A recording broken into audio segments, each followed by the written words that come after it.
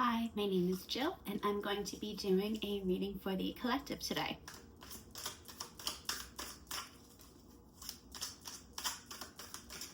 All right, when that happens, that means that those cards want to speak. Oh, they're all popping out. All right, these guys are really excited. So let's start with what we have. Okay, what came out first was Ten of Cups, Four of Swords. I have Queen of Wands, Three of Cups, the Magician, the Wheel of Fortune, Four of Pentacles. Let's see what else we got here. Judgment, Page of Wands, and the Hermit. Okay, so let's see. I feel like there is a lot of stability lately where there was maybe some uneven ground. You're finally kind of having this period of time where everything's not being shaken up all the time. I feel like going through the past couple of retrogrades, one after another, kind of messed everything up for all of us, and we all kind of felt like we were all over the place.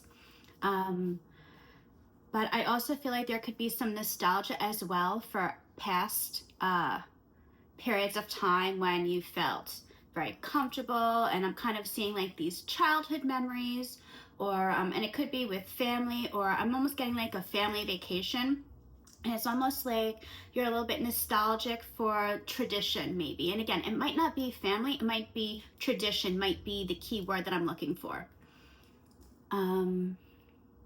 I feel like there's a lot of very strong, what's the word, compassion and empathy that's kind of coming about now. I feel like you're kind of learning to forgive yourself, as well as I feel like you're forgiving a lot of other people as well.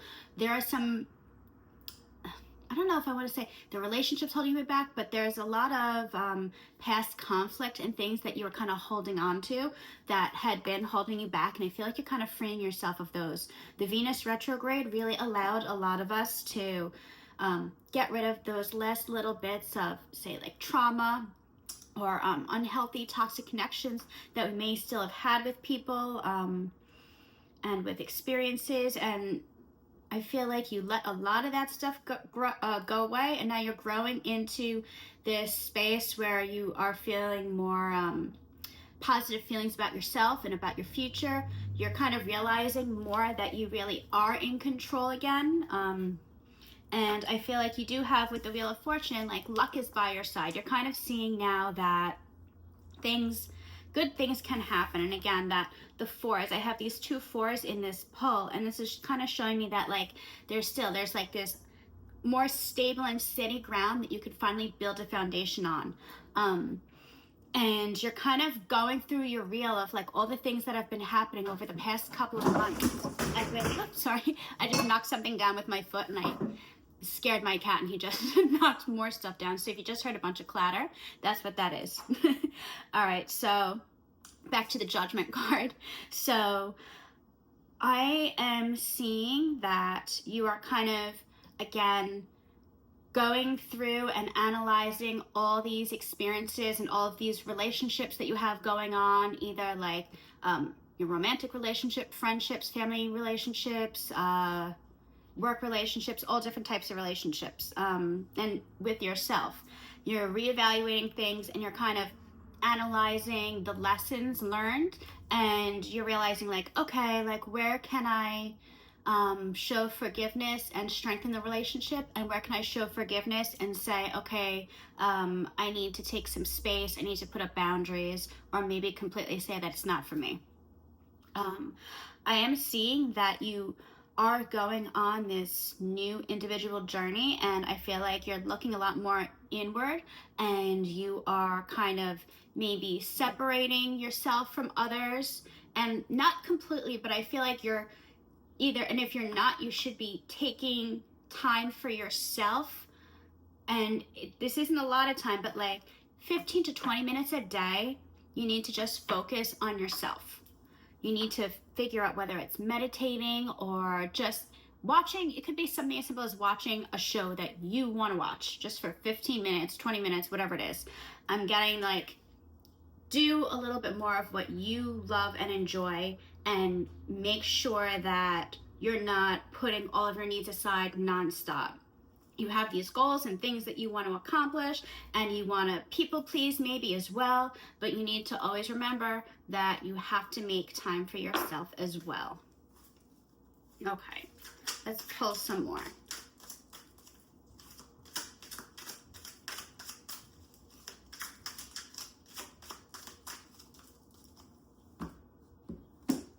Okay, I have 8 of Wands, Ace of Pentacles, 8 of Pentacles, 10 of Pentacles, and 9 of Swords.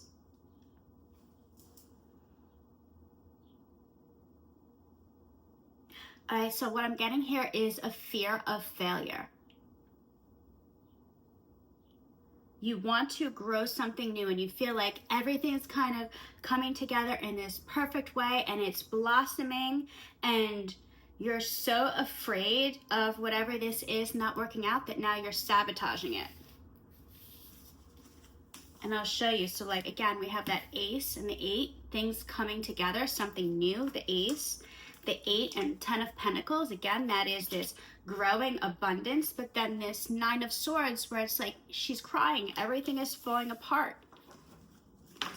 And I'm getting the message, like, stop worrying. If something is to fall apart, it's meant to.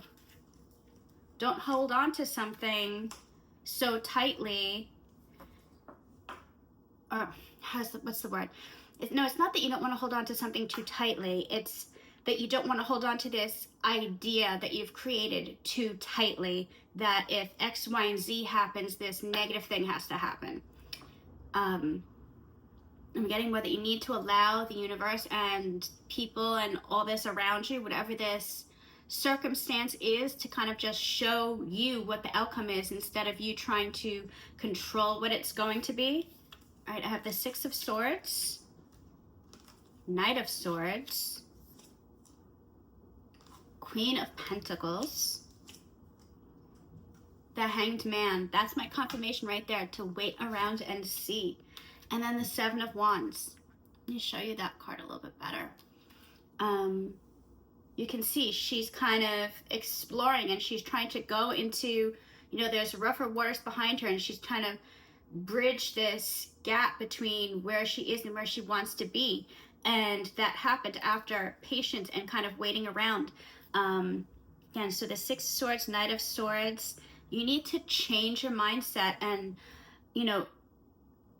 get rid of these ideas that are holding you back and like making you afraid of actually, like, you're afraid of succeeding in this thing that keeps like building and growing. Like, if this is, maybe it is a, some kind of business venture or something, could be, a hobby, it could be a relationship even.